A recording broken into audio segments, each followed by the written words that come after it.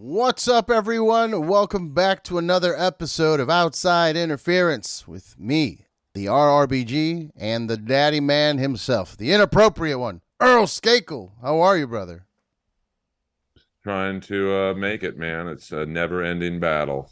Never-ending battle. Well, the battle sometimes ends, and as it ended recently, which is why we're here for Mr. Sting, the Stinger. It's Sting! I He's know. finally retired, or is he? We'll see. I think he is. You think so? After that send off? He strikes me as the type that he saved his money. Um, he doesn't. He's 64, man. Like, Yeah, that's true. But I mean, even Ric though Flair's Flair still out had, there. yeah, but I don't think Flair saved his money. I mean, 4 or 5 divorces. Pretty much a lifelong drinker and other things. I don't think Sting has the financial responsibilities Rick does. True. True. I mean, Rick is diversifying his portfolio with all this bullshit he's putting out between energy drinks and chicken wings and fucking weed stuff. Like it's Dick pills. dick pills. Does he have dick pills? Yeah, he's doing some. At least he was maybe about a year ago. Something like, "Hey, if you want to take a girl to Space Mountain, we all need help on the way up," or something.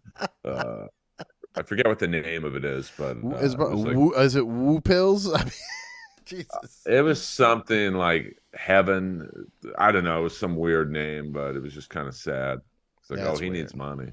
That's weird. Well, we'll get to the Sting retirement. I want to run down Revolution with you. Did you watch the whole pay per view?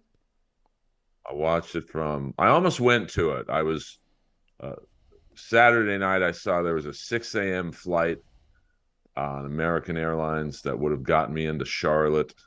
You had to fly into Charlotte, and it was just too much money. I really wanted to go, but I watched, from the first match on Zero Hour to, Sting saying goodbye. Nice, nice. And I saw you actually dressed up like Sting for your spot at the store. I did the night before because I really Nice. thought I was going to go to the airport. I said, I'll just wear this, go straight to the airport. Um, But yeah, I had a lot of people, like the crowd was yelling "Sting," and it's pretty fun. That's awesome. Well, let's start at the very beginning then. The kickoff show, obviously, Renee Paquette and our homie RJ City killing it as usual. But the first match was the Bang Bang Scissor Gang, which is kind of a new development that I wanted to talk to you about, see how you're feeling about it. But they went on to beat Team TNA for, I don't know why they even had that match, but I guess just to get them on the pay per view. But how are you feeling about this Bang Bang Scissor Gang thing? It's criminal that Jay White is in a 12-man tag. Like, it's Yeah. just such a waste of his talent. And that, like we said many times before, the part of the problem with AEW and a lot of their matches is you don't really care who wins or loses. Like, I love a lot of people in this match. The Guns we're friends with, and Jay Lethal, and pretty much everyone we know in this match. I mean, I've never met Satnam Singh, but like, it was just like, okay. I mean, I get it's 0 hour. You got to warm up the crowd. This is like the opening act in stand up, but uh, I would have not had this match altogether and just put Jay White in a singles match against anybody. Yeah. Yeah. Yeah, that's a big issue with them, man. They have too much talent and they want to get everybody on the pay per view, but then you end up with this mess where like it doesn't even matter. I didn't even watch it. I watched the highlights. I just watched clips of it. Because I honestly, mean, there's no stakes.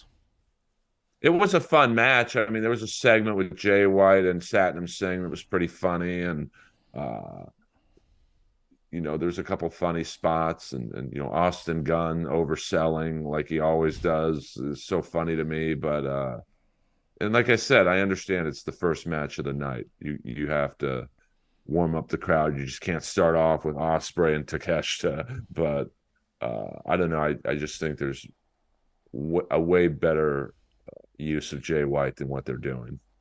Yeah, well, how do you feel about the actual faction of now we're expected that the Guns are cool with their dad. They keep kind of teasing Jay White is gonna turn on them in a way, kind of like very vaguely. But I mean, do you think this is smart to have the trios champs on both brands, ROH and AEW together like that? I mean, I just it's just too muddy. It's just, and it's funny. They're doing it for the t-shirts, and the t-shirts are cool. The Bang Bang Scissor Gang, Mm, uh, but I just it's not doing it for me. mm, And you've noticed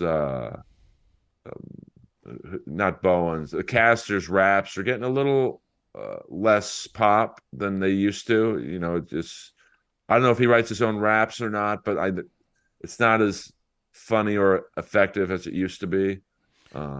Well, actually, I And I think they're know that running. I think they're running an angle right now because the last two that I saw, he doesn't even do them. There was one that he started and then kind of like halfway, kind of like stopped doing it. Like he forgot the words and then just went into the ring. I was like, forget it. And then he just went in and they didn't even address it. Like the commentary didn't address it. The people in the ring didn't. They just went up and did their pose, and and then the match happened. But he never finished the rap, and they just jumped over to Bowens doing the whole, whatever city they're in. Yeah, and I don't know.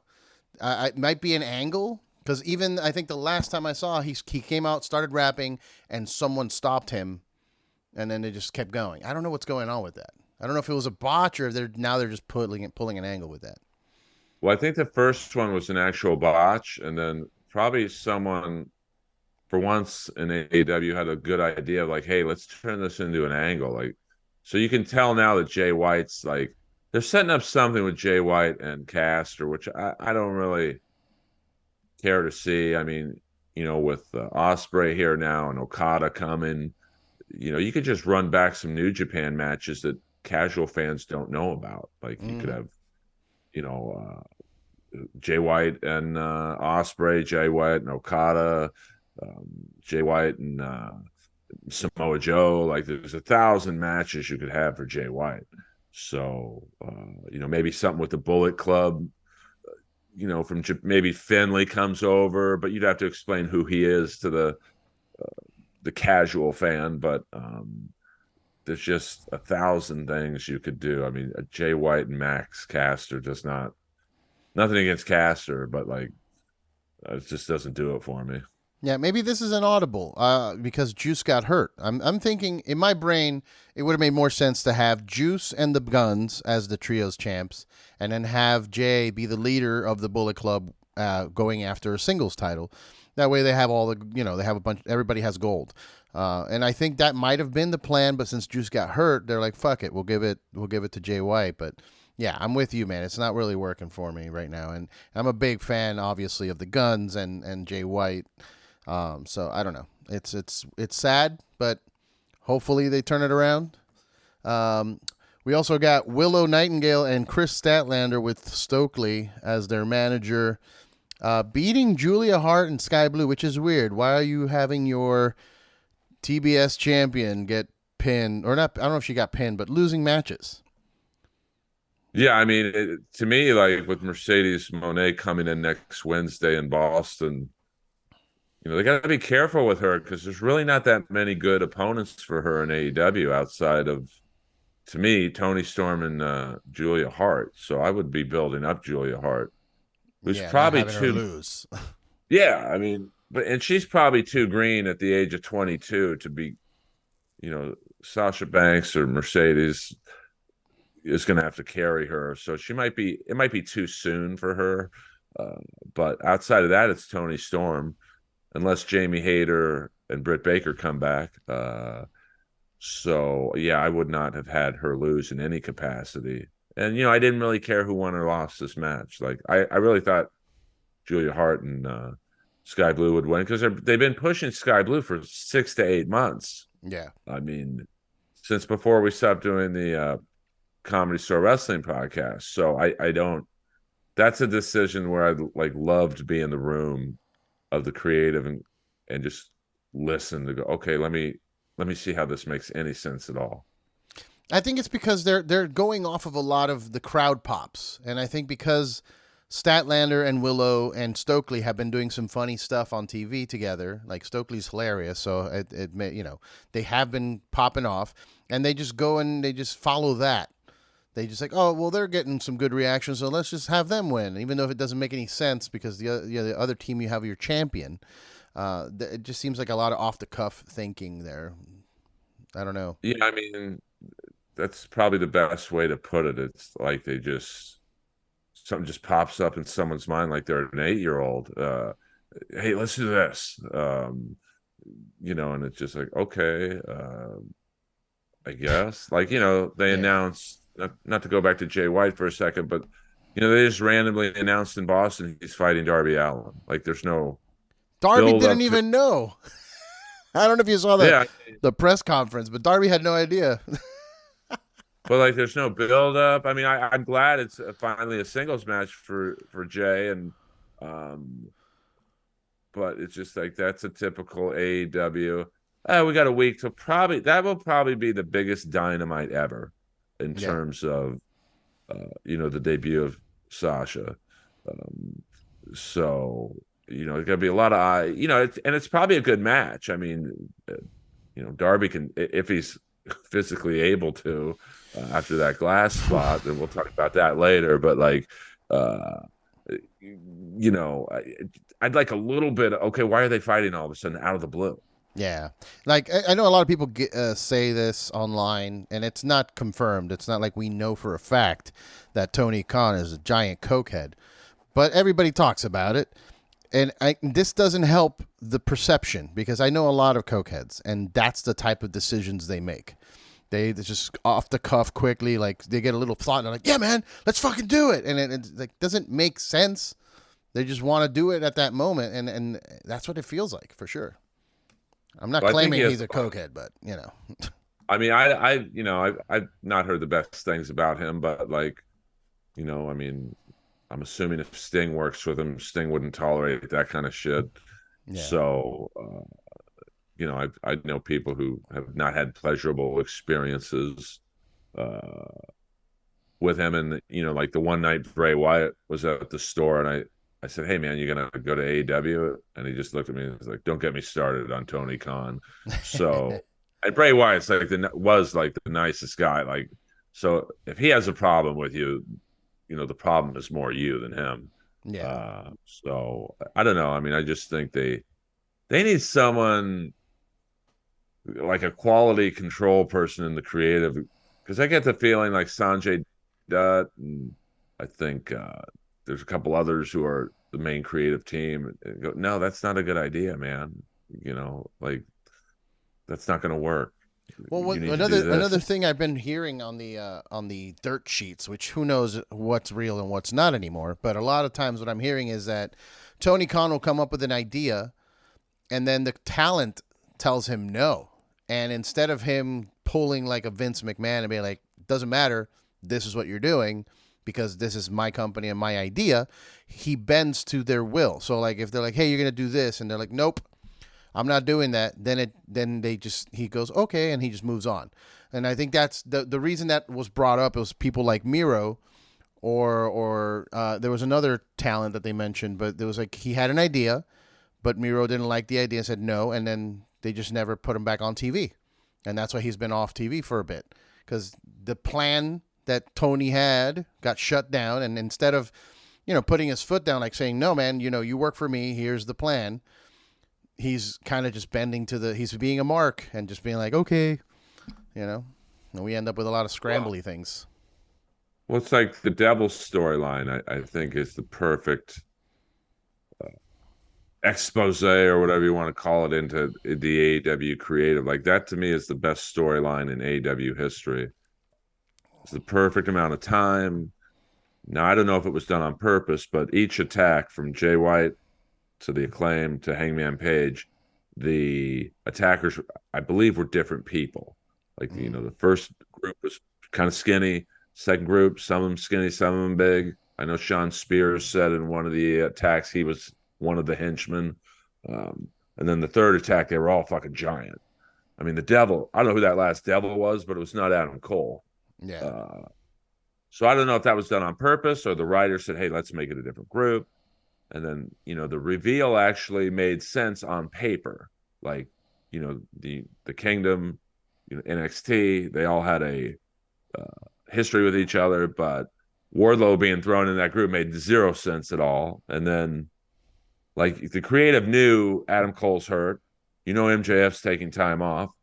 So now the Kingdom and Roderick Strong are left to carry the torch. And outside of Roderick Strong, the Kingdom's never really gotten a pop. So it wasn't good long term thinking. Yeah. And now Wardlow doesn't come out with him half the time. So is he in the group or isn't he? So that's where I think they need almost not a fan, but like someone who has a vested interest in the storylines, who's not just going to tell Tony Khan, this is a great idea, Tony. Yeah. Well, since we're talking about Wardlow, I mean, his match is a little later in the card, but let's just talk about it. I mean, I think he won that multi-man match that was supposed to be a Meat Yeah, Madness match, and then it just became something else. The scramble, the 8-man scramble. The 8-man scramble. Like, what was the point of that? Like, why did we have that match? That match did not need to be on the pay-per-view. I mean, it was a clusterfuck because you have all these giant dudes. I think Bully Ray said this as well, but I thought it as soon as I was watching, like, oh, there's too many big guys in here. Like, and you could tell, like Lance Archer's waiting for his spot, but he's acting like he's hurt, but he's just clearly waiting for the ring to clear so he could have room. Yeah. No one knew who Magnus was. I mean, I think the crowd at one point was chanting "Not Commander." There's really no explanation as to why he's in there. Like, I get you have to have Jericho on it because he's a name. I mean, he does sell a few extra pay-per-views. I get it. Yeah. But he didn't really make sense in there. And, I get Wardlow winning, but I don't know. It was just, I don't know if I would say it was an unnecessary match, but it just could have been shaved down a few minutes or shaved a few people. Like, I think Lance Archer's criminally underused by AEW, but you could have probably taken him and Magnus out so there's a little more room in the ring. Yeah, yeah. Yeah, I mean, Wardlow off the heels of like one of the best promos of his entire career on I think it was Dynamite or Rampage. But when he started running down everybody, like, hey, I beat everyone. I beat MJF. I beat, everybody. So why am I not, the biggest thing in this company? So that was a really, really good promo. I don't know if you saw that one. Oh, yeah. I mean, he even threw a little hidden shade at CM Punk saying that guy is still injured. So, I understand you got to get Wardlow in there and have him win a match. But, it's just, once again, it just seems like someone creative just, let's just throw a bunch of dudes in the ring and Wardlow will win, and it's like another thing that drove me insane about this is how do you not have Ricky Starks and Big Bill on the show in any capacity? Like, your ex-tag team champs, recent ex-tag team champs, and they're not on the card at all. At all. Like, not even on the kickoff.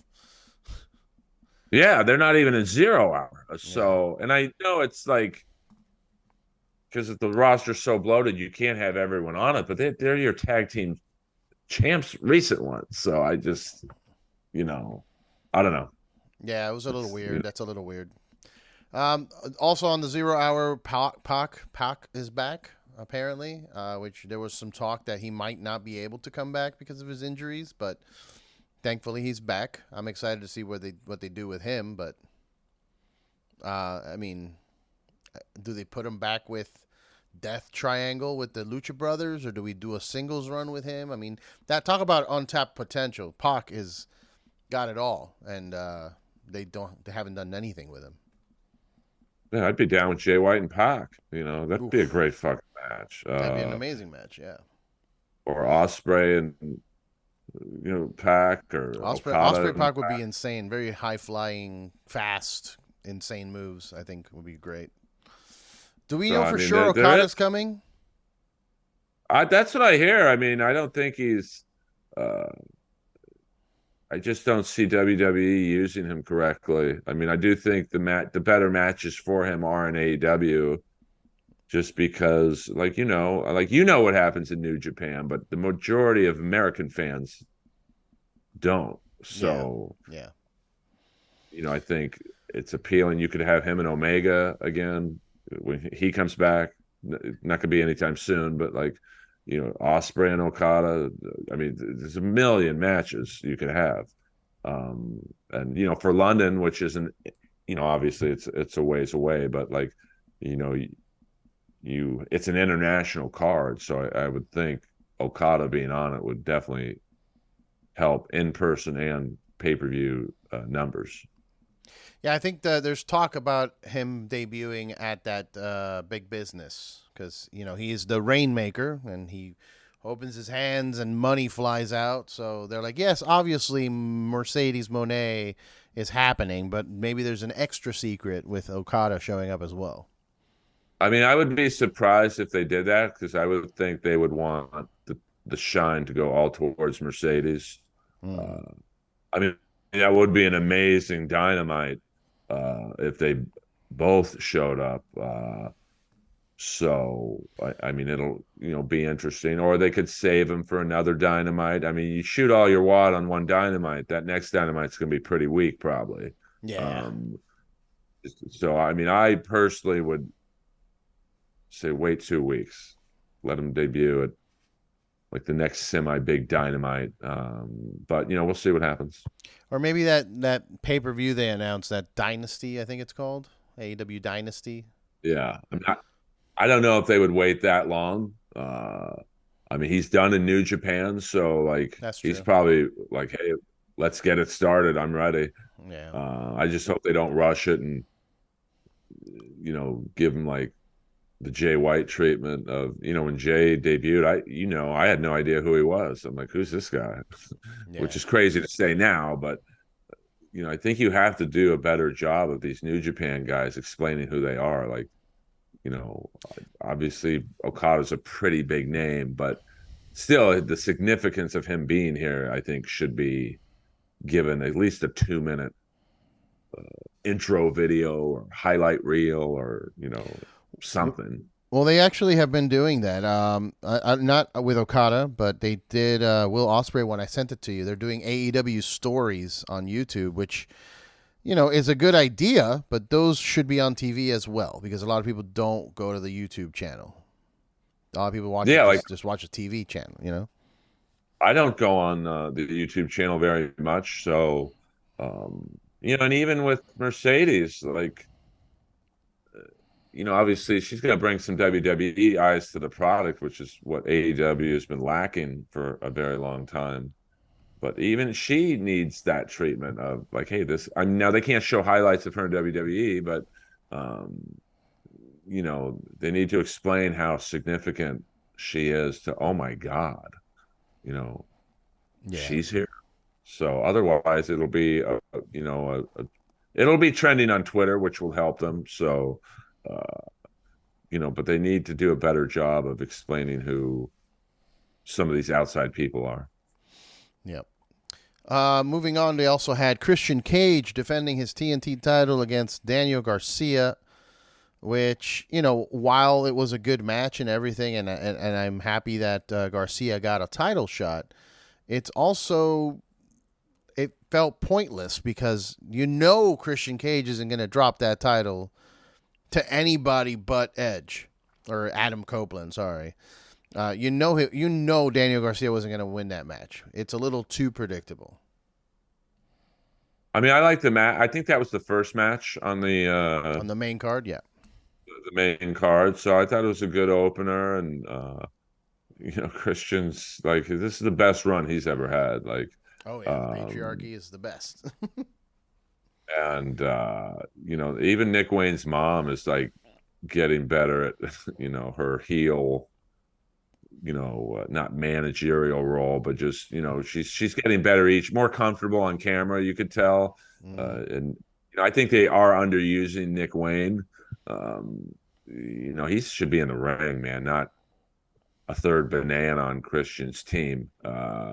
and Luchasaurus or Kill Switch. He does the cowardly Diesel basically to Christian. Well, so, I mean, it was good. I mean, I think it was the perfect opener. It got the crowd warmed up. Uh, like you said, a little predictable of an outcome, but that's something I didn't think of. How do you not have Adam Copeland on this card in any capacity? Yep, he could have interfered in that match. Yeah, setting something up, for maybe Dynasty or like maybe there's a beatdown. Daniel Garcia and Edge comes out. That would have got a big pop. Yeah, Uh, but maybe he's hurt. I don't know. But it's just like unforgivable to not have him involved at all. yeah. And what is potentially, or according to Tony Khan, the best pay-per-view ever. That's what he I called mean, it. it was pretty good. I'll say that it wasn't perfect. Obviously, we're not even a quarter of the way into critiquing it, and we have a lot of critiques for it. But Yeah, I thought the way it ended was, most pay per views kind of like, okay, they drag toward the end. I mean the last two matches, which we'll get into, I thought was an amazing way to like end it. yeah. My favorite match of the card was Kingston versus Danielson. Uh, man, did they lay it in? They were slapping the crap out of each other. I thought that was a fantastic match. I know a lot of people say the match of the night was Osprey, and we'll get to that one too. But to me, this was the match of the night because that's the type of wrestling I like. That just hard hitting, chopping the fuck out of each other, and then also the ending of it, having Danielson finally acknowledge Eddie Kingston and shake his hand, and I even like the way he did that because he was fucking with him, and at the end he's like, "I'm fucking with you, man," and just gives him the handshake. I thought it was really great, really really great. But yeah, I mean, I do think the problem with Kingston is his matches are pretty similar. Like it's the chop chops, it's the getting exhausted 2 minutes into the match. Like I think he's playing that up.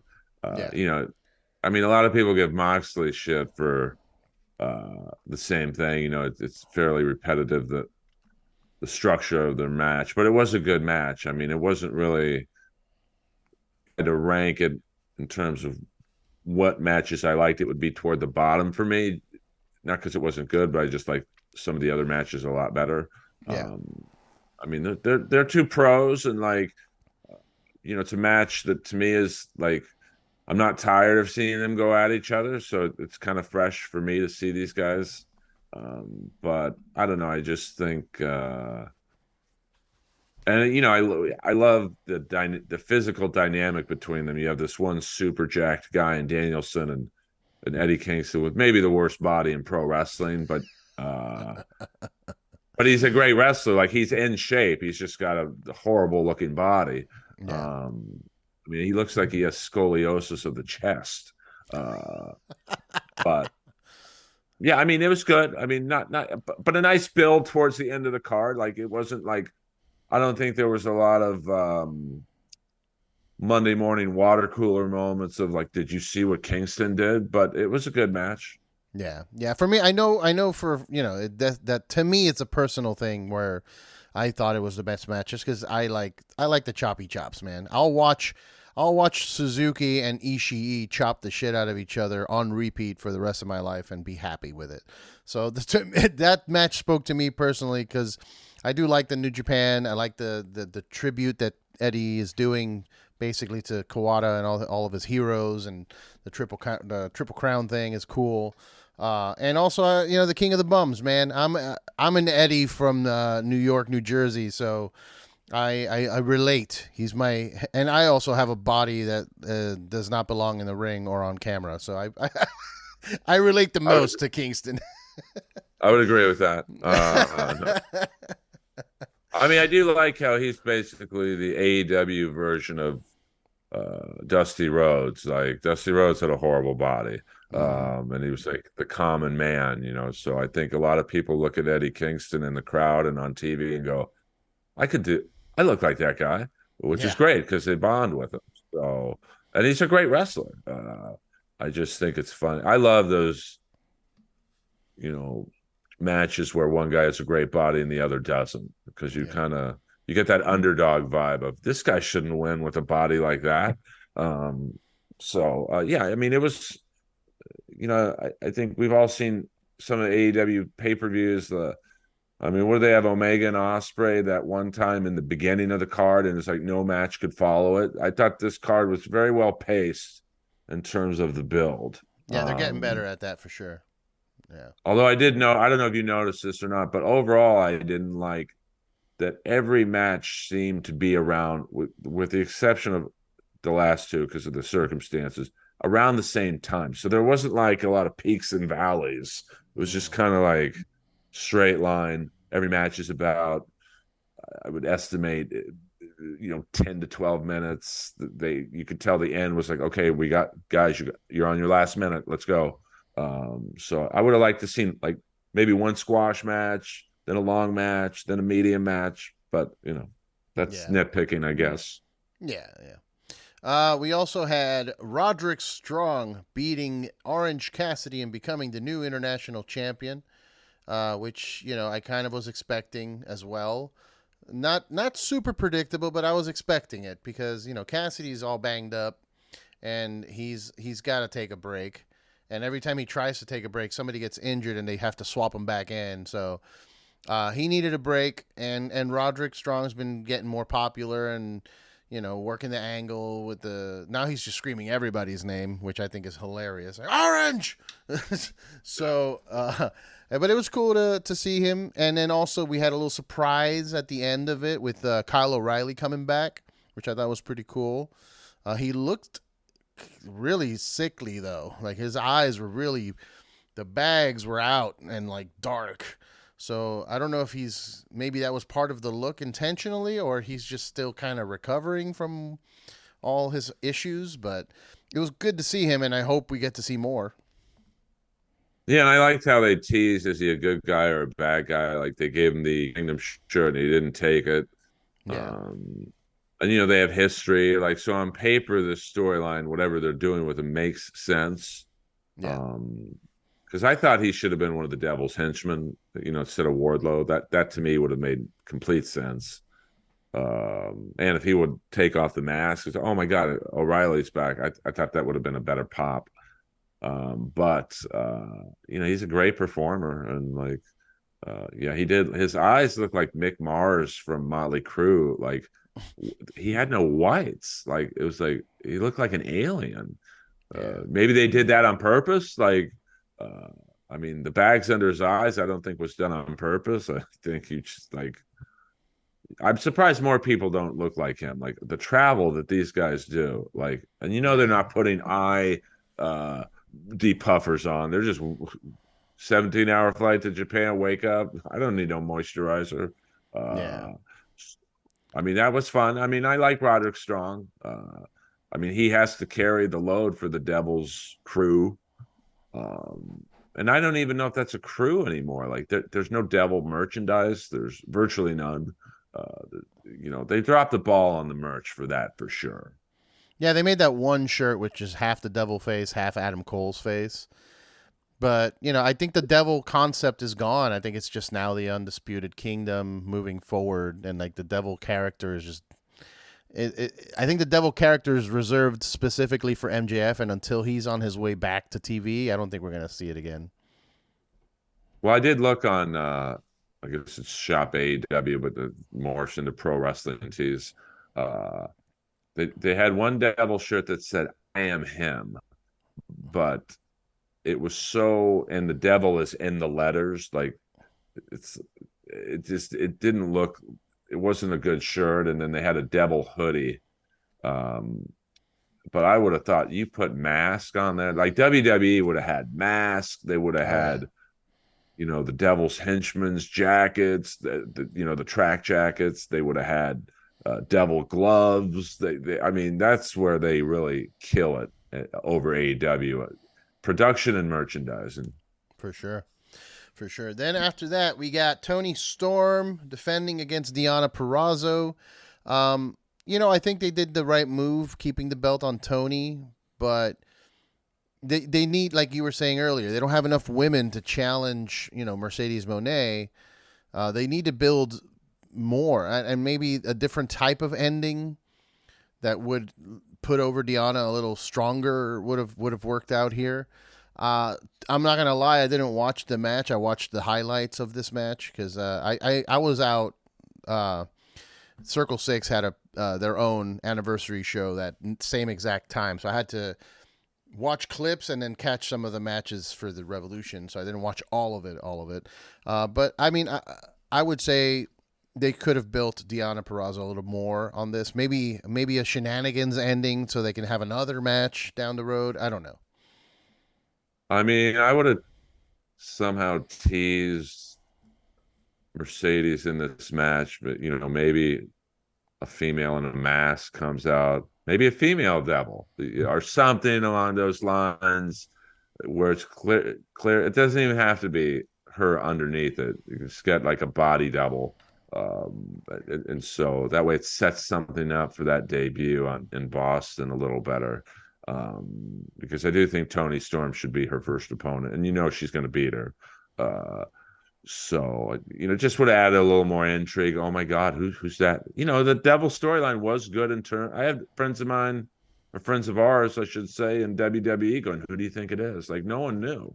Yeah, Uh, I do think they could have maybe done something like, because the match was okay. It wasn't like, and it was probably in a bad spot, on the card. Like I would have put this early on in the match, or early on in the card. It was probably the weakest match out of all of them.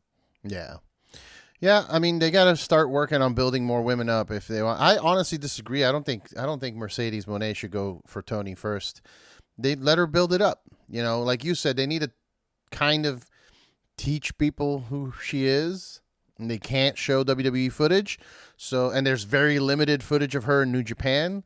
So just be like, hey, here's this big star. She's a movie or TV star because she was in The Mandalorian, and she did some great work in Japan and all over the world. And have her, run through a few women first, maybe a squash match here or there, just to kind of get her feet underneath her, and then lead to a big pay-per-view against Tony. But I don't think Tony should be her first opponent for sure.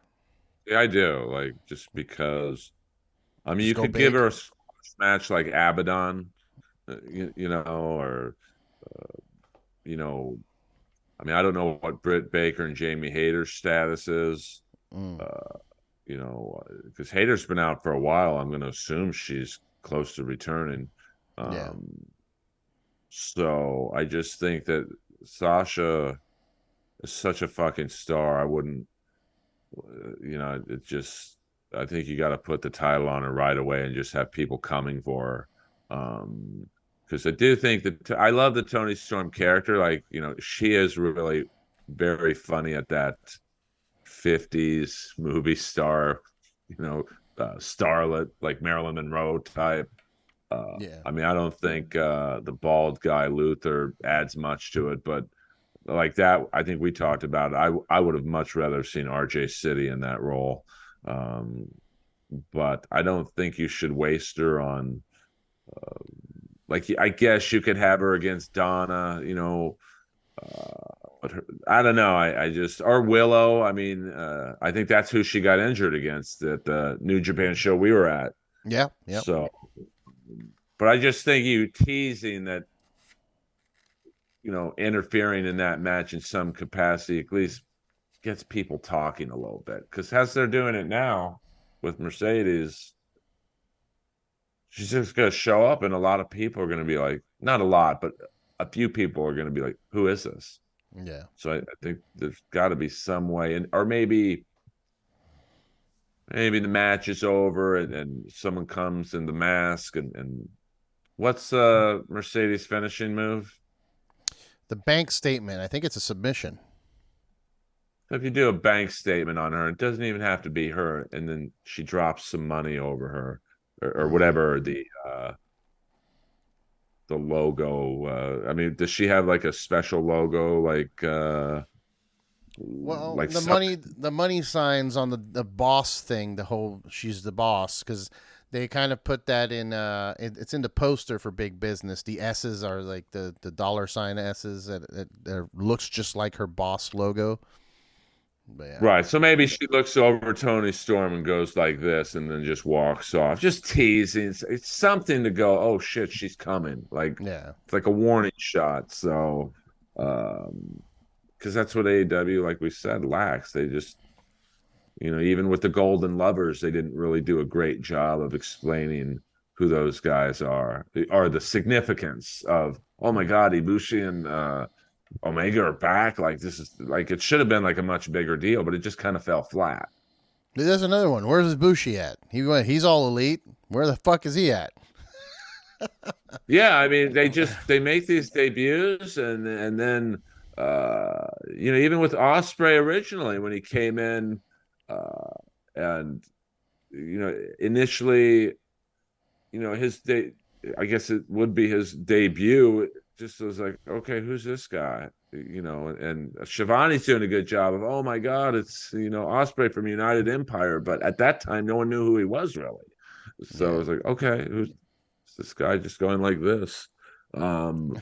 So, and I do think, well, we'll talk about it. The Kyle Fletcher match this Wednesday makes zero sense to me, but we'll get into that later. Well, actually, no. We'll get into it now. It's the next match on the card. Is Oh, okay. The Osprey official all elite debut of him being a member of the roster versus Takeshita. I think it's just Don Callis. They don't really have a plan, so he's just using his people against each other, I guess, to test them. Iron sharpens iron, I guess, in that kind of mentality. But Osprey and Takeshita, from according to a lot of people on the internet, that was the match of the night, and it was. It was a fantastic, what you would expect from Osprey, really, and from Takeshita, because Takeshia's amazing too. Oh yeah, I mean this was by far and away the match of the night. Like there were several water cooler moments. Did you see that? Did you see this move? Did you see that? I mean, to me, it never made sense to have Osprey align with Callis because he's United Empire. Mm. Uh, he doesn't need the Callis family. So I'm assuming some kind of swerve is happening with Kyle Osprey and Fletcher. Fletcher. I'm assuming a reuniting of United Empire, and then they'll go against the Callis family. Like that's somewhat good planning. Maybe Mark Davis is back. I know he's been injured for a long time. But the match with Takeshita is like I mean, it was a near perfect match. I don't think there was one botch. A lot of which is crazy because there's a lot of wacky. I mean, maybe Osprey's. I don't think that lower back injury that maybe was a bit of a botch on Takeshita's part because it seemed like he dropped Osprey a little lower on the corner than he should have. Yeah, he got a big It's not bruise. I a. saw the press conference. He had a bruise back there. It's pretty banged I mean, up. that was. I mean, that was probably close to being a lacerated kidney. I mean, that was an instant bruise. Yeah. So that was probably the only like semi botch of the match. But I mean, just a perfect match. The crowd was super hot. I would say Osprey was more over than anyone but Sting that night, which is impressive. That probably 80% of that crowd was there for Sting, Yeah. and they they probably didn't have a lot of investment into any of the other matches. And Osprey was over. Like he's already over. I just hope they don't give him the Jay White treatment and have him in fucking 12-man tags or he's a single star. He should be. Now I don't know if he can keep up. My only concern with him is like, as you know, is like Omega's breaking down slowly by slowly because of the style he's wrestled for the last 10 years. And I mean, I would think Osprey is gonna have the same fate. Not this year or next year, but like I don't know how he can do that style for much longer without breaking down. Yeah. Yeah. Well, maybe that answers your question about the United Empire thing and why is he with Callis? Is that, maybe they do see that he's a single star. And also maybe the United Empire is like a New Japan thing and they want to start fresh with him here. But I still, yeah, I think he'll be leaving the Callis family pretty soon, for sure. I Um, mean, do you know go. what Mark Davis' status is? No, I think he's still just injured. I don't know if he's better or waiting for a story. I don't think he's waiting for a story. I think he's just still out injured. All right, and then let's see. We had Samoa Joe defending the world title against Swerve and Hangman, which I'm gonna be honest. I didn't really care for all that much either because it was mostly just Hangman and Swerve busy with each other, and Joe's been on really. I like him as champion. I like his approach to the championship, where the rankings matter. You have to win matches in order to earn a right to fight him.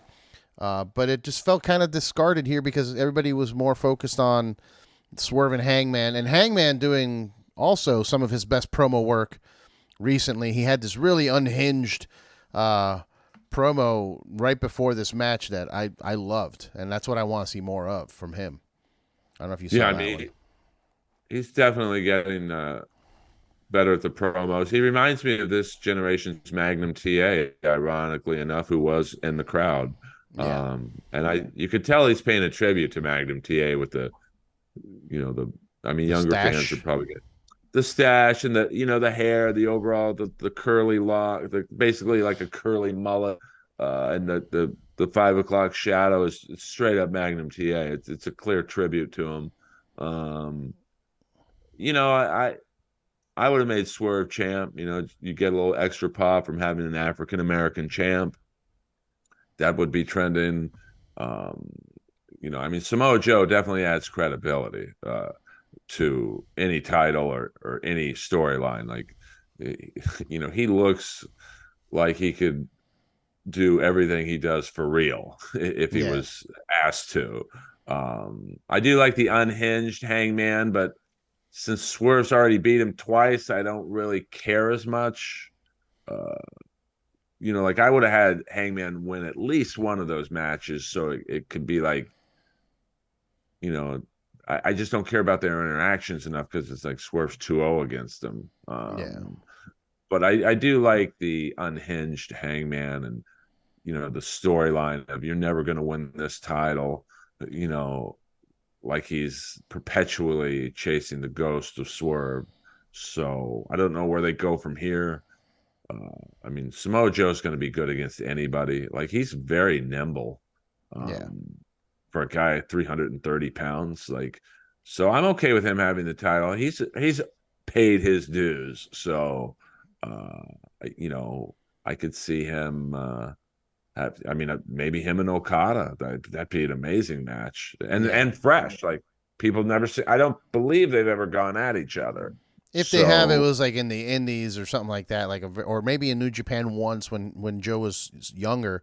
But yeah, that's definitely a match that needs to happen soon for sure. or Osprey and Samoa Joe. I mean, that'd be an awesome match. Like, and maybe an opportunity for Osprey to save his body a little bit, not have to do so many of the shooting star twisting presses.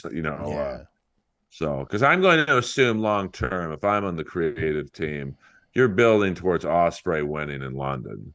yeah. Um, so I don't know if that would be MJF, which would be awesome. I mean, can you imagine the promos between those two?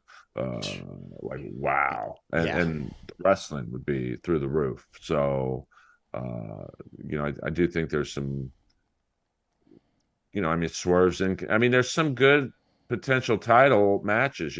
Swerve, Samoa Joe, uh, you know, Osprey, Okada.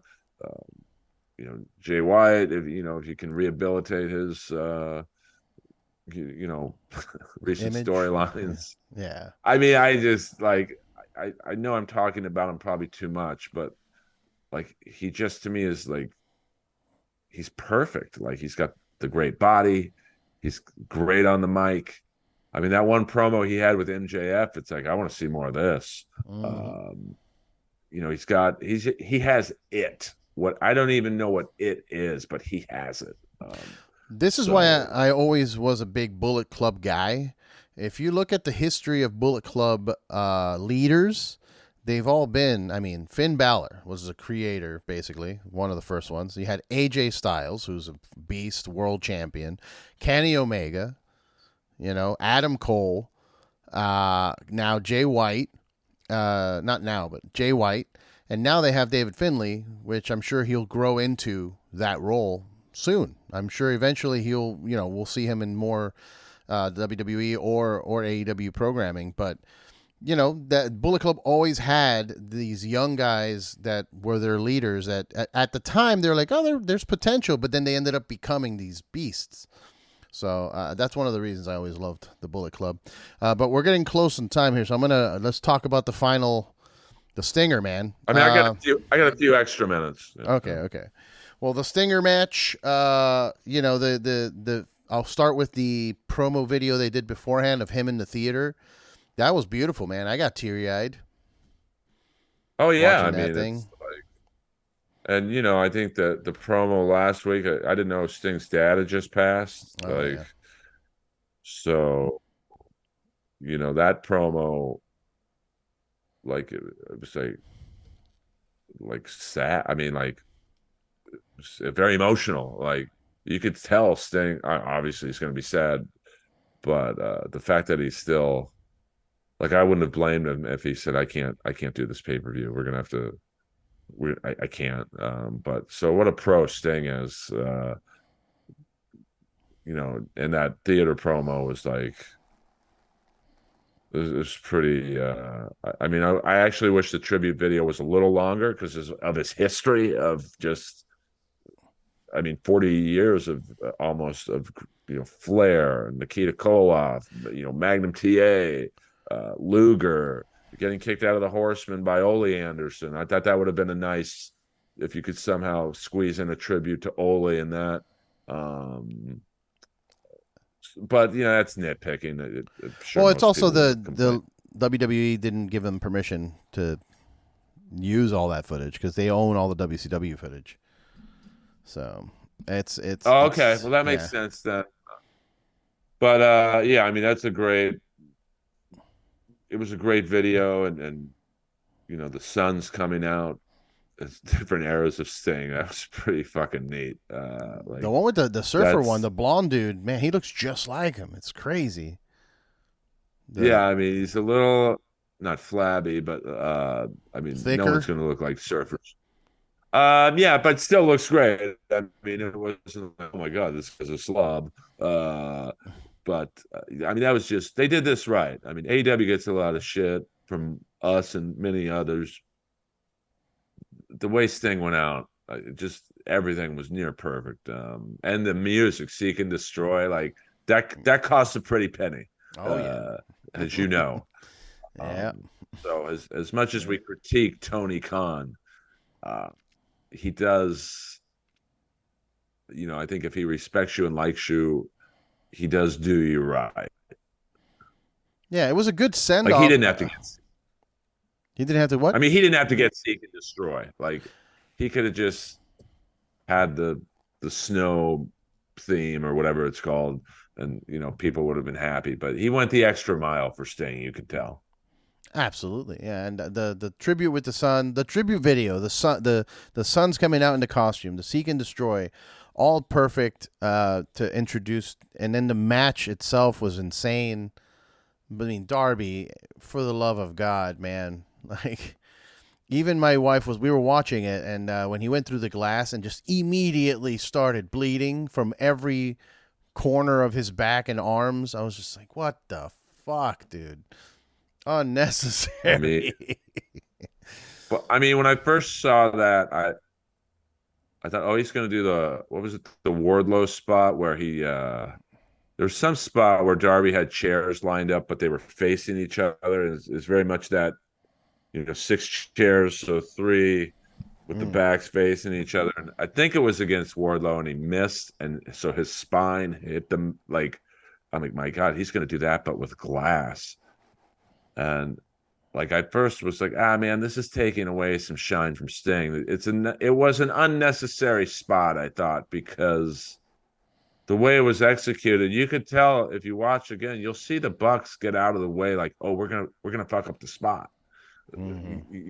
Like now, maybe they said, hey, you're not falling on me with a sheet of glass as the soft spot. You can jump on it yourself. It ain't gonna be me. Um, But the more I thought about it, I bet you Sting told him, "Hey, you want to do that spot? Get your shine. Like this is your, I'll get the rest. You do your thing." So I'm sure Sting told him, "You want to do one wacky spot? You have my full permission." Yeah, yeah, and they. But I don't. No, yeah, I was gonna say this last couple matches with Stinger, there's always a wacky spot, and it's usually him, jumping off of a second story or something through a table. So I expected a wacky spot for sure. I just didn't think it would be that. Yeah, I mean, at first I thought, okay, he's got a little blood on his back. Like the upper left was like spackled. I'm like, all right, that's. But then when the camera like that, he looked like he had about a 5-inch gash on his like where Osprey's injury was, right around his kidney. And I'm like, oh man, that. I mean, I'm not gonna say it. I thought he was gonna die, but like that could be a real like. I'm not saying I thought he was gonna bleed out, but like that was a you know and I don't know what they tied around him. It looked like black duct tape. I'm like, that doesn't look very I don't know about that, but Yeah, um I mean it was definitely the spot of the night and maybe the spot of the year in terms of like, did you see that? yeah. That's the water cooler moment. Obviously, aside from the talking about the retirement, like that was the spot that people were, you know, constant videos all through my stream of that, different angles. There was an angle actually from Flash Garments, who's the guy who does the Swerve song with Swerve, who was front row, and he apparently Ric Flair got cut up with some of that glass. I mean, I Uh, could see that. yeah, his ankle got sliced, and like he zooms in, you see the ankle sliced with glass and just bleeding out, and like the medics trying to help him out. I'm like, what the fuck is happening? I Yeah, mean, it's like I'm still like kind of in awe of the spot. Like you can see, I don't know what Jackson got but like kind of like tapped brother on the shoulder. Hey, let's get out of the way. Like they didn't want any part of this spot. But I would like because I know you're friends with them, and it's not being talked about enough. I thought the Young Bucks. I initially wasn't a fan of the pairing for Sting in his last match because I'm like they don't really have a history with him, and it seems like kind of rushed that they're making them the heels because it's just there's no. I thought the Young Bucks were great heels in this match. yeah, I love their new character. It's kind of like Succession, the show Succession.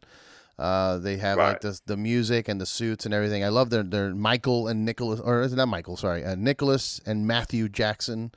Not that I love that they're going that angle, the EVP angle.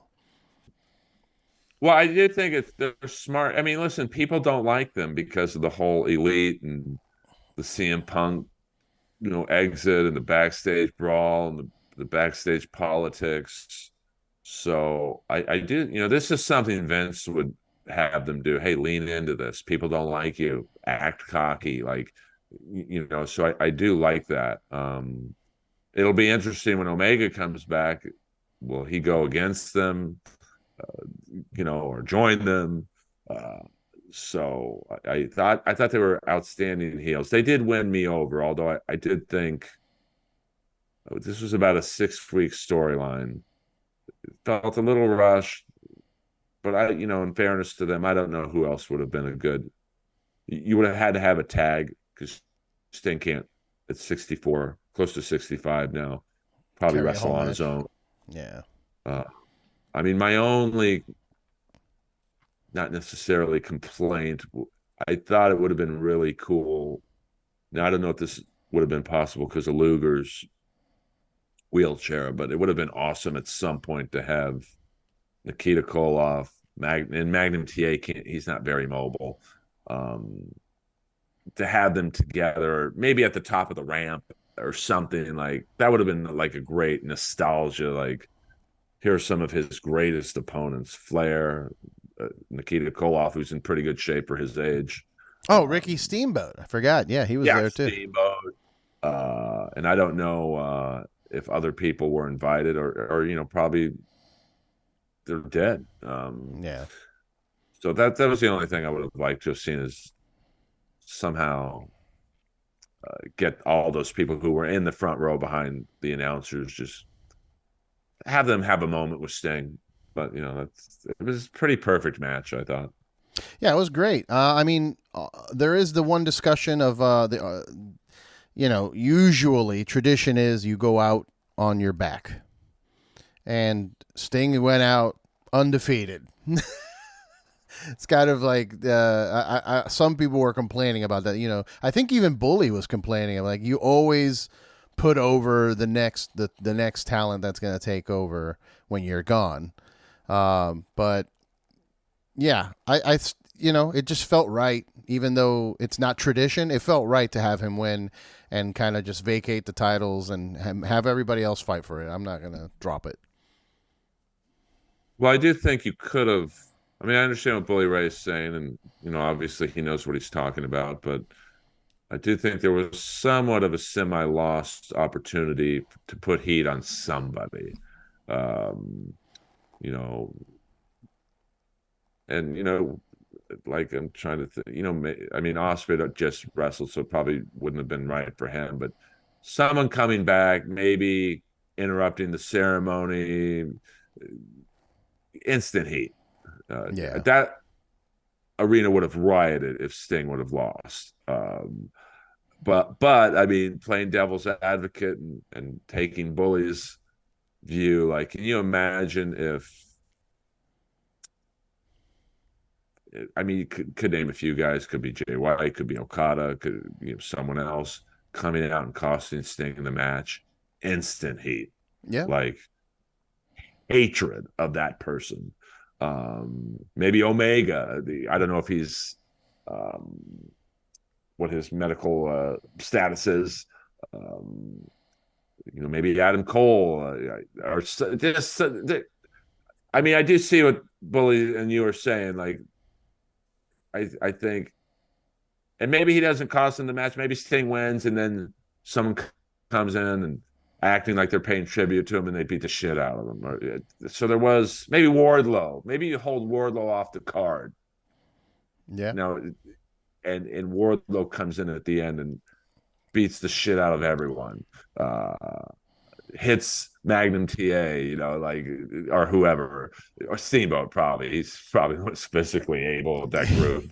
Yeah. Um, you know, I agree. I mean, you could have gotten everything in, but I mean, it's pretty hard to argue the ending. I mean, it was a pretty. I mean, I welled up, to be honest with you. Like, you know, You would have probably cried more if you were there in person. I'll say that for I sure. would have cried at the money I spent, but Yeah. but I mean, that's it. You're never going to please everyone. If Sting lost, people would have bitched. He won. People are probably saying he should have gone out on his back. Uh, I thought maybe this is where Goldberg comes in, not to do anything in the match, but like maybe show him in the crowd or something. Oh, Goldberg's here, like, or something. But I gotta say, I give the pay-per-view I give it an A, not an A plus. It wasn't too many bad matches. A couple unnecessary ones, but at the worst, a B plus. For sure. I was in the B plus territory with it just because of how well the good things were, and the only reason it wasn't an A for me was just some of the pointless matches that we talked about. But it was a good pay per view. I'm excited. A lot of people are saying that feeling is back in AEW.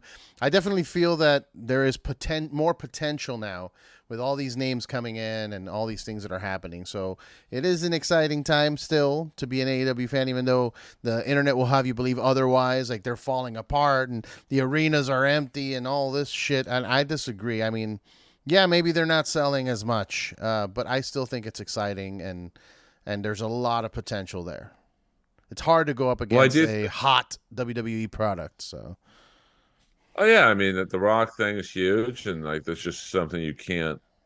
But there's a lot of people who want an alternative, and I do think like you can learn a lot from Revolution. Like, it was one of their better pay-per-views for sure. And outside of London, it may be their best pay-per-view, because they built it. Like, Revolution has been the Sting storyline. Now, granted, that's a one-off kind of special, exception. was 2 to 3 months of, hey, this is my last match. There's a good build up, and they should, because a lot of times, Tony Khan just concentrates on the super matches, like, Hmm. and there's no storyline, and there's no, okay, they're done, and then that's it. Ospreay goes back to Japan. Omega is just in another feud with someone else. It was just a great match. I hope you guys enjoyed it. Um, so I do think that the lesson here is if you build a good storyline, which they're known to not do, people will watch. They filled a 16,000 seat arena. There was not one empty seat in that arena. Yeah. So I think that that's what they, and the Boston Garden show sold out. That's a big arena. That's 20,000. Yeah. And because they've kind of slowly built this debut, everyone knows it's happening and they're still excited. Yeah. Well, hopefully things start shaping up more and more and more as time passes. I know they've been hiring. I know they brought in someone. I forget who it is, but AEW brought someone in to help TK with production and writing and all that. So it's getting there. It's getting back to some glory days. But like I said, it's a tough hill to climb when you've got The Rock doing storylines over there at WWE, and the product is like the hottest it's been in years. So. But nothing but love and respect for AEW and all of their employees, which we are, we're fortunate enough to know. But I'm excited. We'll talk. Maybe we can do another one after Big Business, a quick, short one, just to see how that went, and the Mercedes Moné debut if you're down.